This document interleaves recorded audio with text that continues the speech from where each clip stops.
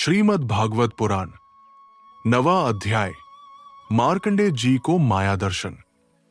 सूत जी कहते हैं, जब ज्ञान संपन्न मार्कंडेय मुनि ने इस प्रकार स्तुति की, तब भगवान नरनारायण प्रसन्न होकर मार्कंडेय जी से बोले। भगवान नारायण ने कहा, हे सम्मान्य ब्रह्मर्षि शिरोमणि, तुम चित्त की एकाग्रता, तपस्या, स्वाध्याय, संयम और मेरी अनन्य भक्ति से सिद्ध हो चुके हो। तुम्हारे इस आजीवन ब्रह्मचर्य व्रत की निष्ठा देखकर हम तुम पर अत्यंत प्रसन्न हुए हैं। तुम्हारा कल्याण हो। मैं समस्त वर देने वालों का स्वामी हूं, इसलिए तुम अपना अभीष्ट वर मुझसे मांग लो। मार्कंडेय मुनि ने कहा, हे देव देवेश, शरणागतों के भय का नाश करने वाले अच्युत, आपकी जय हो, जय हो।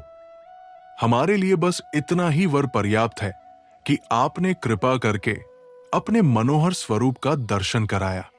ब्रह्मा और शंकर आदि देवगण योग साधना द्वारा एकाग्र हुए मन से आपके परम सुंदर श्री चरण कमलों का दर्शन प्राप्त करके कृतार्थ हो जाते हैं। आज आपने मेरे नेत्रों के सामने प्रकट होकर मुझे धन्य बना दिया है। हे पवित्र कीर्ति, महानुभावों के शिरोमणि, कमलनयन, फिर भी आपकी आज्ञा के अनुसार मैं आपसे वर मांगता हूं।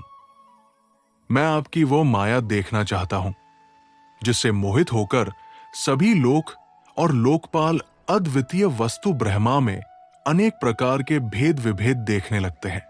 सूत जी कहते हैं, हे शौनक जी, इस प्रकार मार्कंडेय मुनि ने भगवान नरनारायण की इच्छानुसार स्तुति और पूजा कर ली तथा वरदान मांग लिया।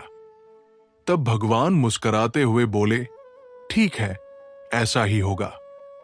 इसके बाद वे अपने बद्रीवन आश्रम को चले गए। मार्कंडेय मुनि अपने आश्रम में ही रहकर निरंतर इस बात का चिंतन करते रहते कि मुझे माया के दर्शन कब होंगे। वे अग्नि, सूर्य, चंद्रमा, जल, पृथ्वी, वायु, आकाश एवं अंतःकरण में, और तो क्या, सर्वत्र भगवान का ही दर्शन करते हुए मानसिक वस्तुओं से उनका पूजन करते रहते थे। कभी कभी उनके हृदय में प्रेम की ऐसी बाढ़ आ जाती कि वे उसके प्रवाह में डूबने उतराने लगते और उन्हें इस बात की भी याद न रहती कि कब, कहाँ, किस प्रकार भगवान की पूजा करनी चाहिए। हे शौनक जी, एक दिन की बात है, संध्या के समय पुष्पभद्रा नदी के तट पर मार्कंडेय मुनि भगवान की उपासना में तन्मय हो रहे थे। उसी समय एकाएक बड़े जोर की आंधी चलने लगी। उस समय आंधी के कारण बड़ी भयंकर आवाज होने लगी और बड़े विकराल बादल आकाश में मंडराने लगे। बिजली चमक चमक कर कड़कने लगी और रथ के धुरे के समान जल की मोटी मोटी धाराएं पृथ्वी पर गिरने लगी। यही नहीं, मार्कंडेय मुनि को ऐसा दिखाई पड़ा कि चारों ओर से चारों समुद्र समूची पृथ्वी को निगलते हुए उमड़े आ रहे हैं। आंधी के वेग से समुद्र में बड़ी बड़ी लहरें उठ रही हैं। बड़े भयंकर भंवर पड़ रहे हैं और भयंकर ध्वनि कान फाड़े डालती है। स्थान स्थान पर बड़े बड़े मगर उछल रहे हैं। उस समय बाहर भीतर चारों ओर जल ही जल दिखाई देता था। ऐसा जान पड़ता था कि उस जलराशि में पृथ्वी ही नहीं, स्वर्ग भी डूबा जा रहा है। ऊपर से बड़े वेग से आंधी चल रही है और बिजली चमक रही है, जिससे संपूर्ण जगत संतप्त हो रहा है। जब मार्कंडेय मुनि ने देखा कि इस जल प्रलय से सारी पृथ्वी डूब गई है, उद्भिज, स्वेदज, अंडज और जरायुज चारों प्रकार के प्राणी तथा स्वयं वे भी अत्यंत व्याकुल हो रहे हैं, तब वे उदास हो गए और साथ ही अत्यंत भयभीत भी। उनके सामने ही प्रलय समुद्र में भयंकर लहरें उठ रही थी। आंधी के वेग से जलराशि उछल रही थी और प्रलयकालीन बादल बरस बरस कर समुद्र को और भी भरते जा रहे थे। उन्होंने देखा कि समुद्र ने द्वीप, वर्ष और पर्वतों के साथ सारी पृथ्वी को डुबा दिया।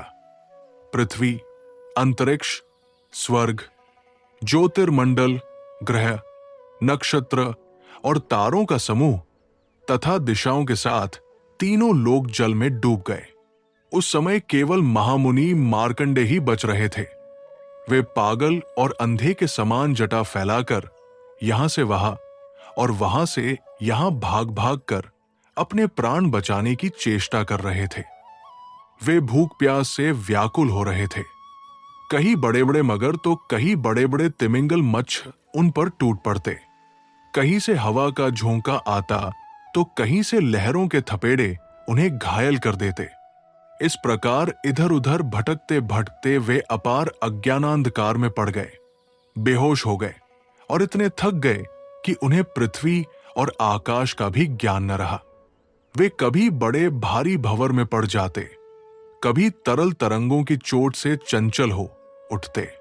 जब कभी जल जंतु आपस में एक दूसरे पर आक्रमण करते, तब ये अचानक ही उनके शिकार बन जाते। कहीं शोकग्रस्त हो जाते तो कहीं मोहग्रस्त। कभी दुखी दुख के निमित्त आते तो कभी तनिक सुख भी मिल जाता। कभी भयभीत होते, कभी मरते हुए से लगते तो कभी तरह तरह के रोग उन्हें सताने लगते।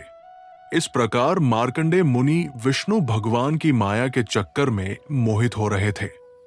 उस प्रलयकाल के समुद्र में भटकते भटकते उन्हें सैकड़ों, हजारों ही नहीं बल्कि लाखों करोड़ों वर्ष बीत गए। हे शौनक जी, मार्कंडे मुनि इसी प्रकार प्रलय के जल में बहुत समय तक भटकते रहे।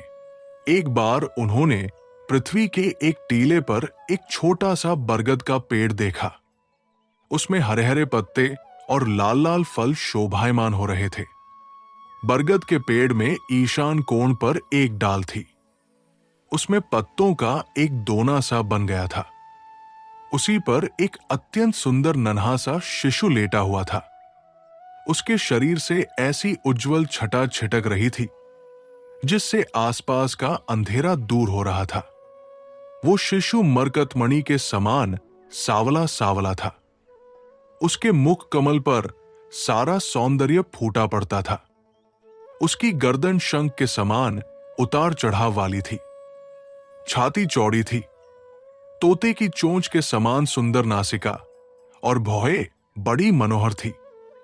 काली काली घुंघराली अलके कपोलों पर लटक रही थी और श्वास लगने से कभी कभी हिल भी जाती थी।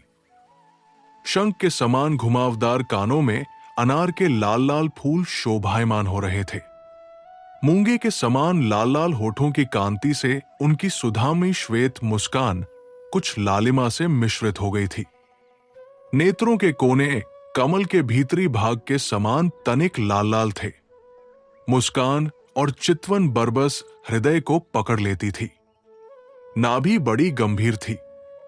छोटी सी तोंद पीपल के पत्ते के समान जान पड़ती थी और श्वास लेने के समय उस पर पड़ी हुई बले तथा नाभि भी हिल जाया करती थी। नन्हे नन्हे हाथों में बड़ी सुंदर सुंदर अंगुलियां थी। वो शिशु अपने दोनों करकमलों से एक चरण कमल को मुख में डालकर चूस रहा था। मार्कंडे मुनि ये दिव्य दृश्य देखकर अत्यंत विस्मित हो गए। हे शौनक जी, उस दिव्य शिशु को देखते ही मार्कंडे मुनि की सारी थकावट जाती रही। आनंद से उनके हृदयकमल और नेत्रकमल खिल गए। उनका शरीर पुलकित हो गया। उस नन्हे से शिशु के इस अद्भुत भाव को देखकर उनके मन में तरह तरह की शंकाएं उठने लगी। ये कौन है इत्यादि, और वे उस शिशु से ये बातें पूछने के लिए उसके सामने सरक गए। अभी मार्कंडे जी पहुंच भी नहीं पाए थे कि उस शिशु के श्वास के साथ उसके शरीर के भीतर उसी प्रकार घुस गए जैसे कोई मच्छर किसी के पेट में चला जाए। उस शिशु के पेट में जाकर उन्होंने वही संपूर्ण सृष्टि देखी जैसी प्रलय से पहले देखी थी। वे वो सब विचित्र दृश्य देखकर आश्चर्यचकित हो गए और मोहवश कुछ सोच विचार भी न कर सके।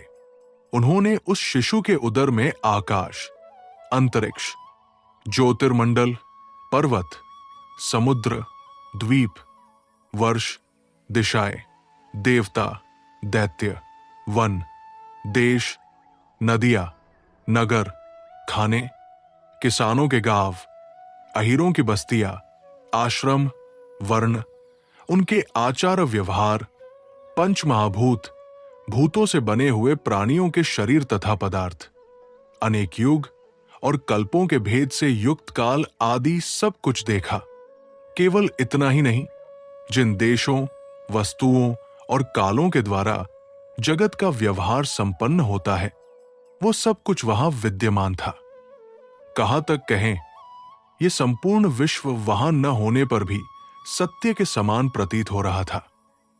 हिमालय पर्वत, वही पुष्पभद्रा नदी, उसके तट पर अपना आश्रम और वहां रहने वाले ऋषियों को भी मार्कंडेय जी ने प्रत्यक्ष देखा। इस प्रकार संपूर्ण विश्व को देखते देखते ही वे उस दिव्य शिशु के श्वास द्वारा ही बाहर आ गए और फिर प्रलयकालीन समुद्र में गिर पड़े। अब उन्होंने फिर देखा कि समुद्र के बीच पृथ्वी के टीले पर वही बरगद का पेड़ ज्यों का त्यों विद्यमान है और उसके पत्ते के दोने में वही शिशु सोया हुआ है। उसके अधरों पर प्रेमामृत से परिपूर्ण मंद मंद मुस्कान है और अपनी प्रेमपूर्ण चितवन से वो मार्कंडेय जी की ओर देख रहा है। अब मार्कंडेय मुनि इंद्रियातीत भगवान को, जो शिशु के रूप में क्रीड़ा कर रहे थे और नेत्रों के मार्ग से पहले ही हृदय में विराजमान हो चुके थे, आलिंगन करने के लिए बड़े श्रम और कठिनाई से आगे बढ़े।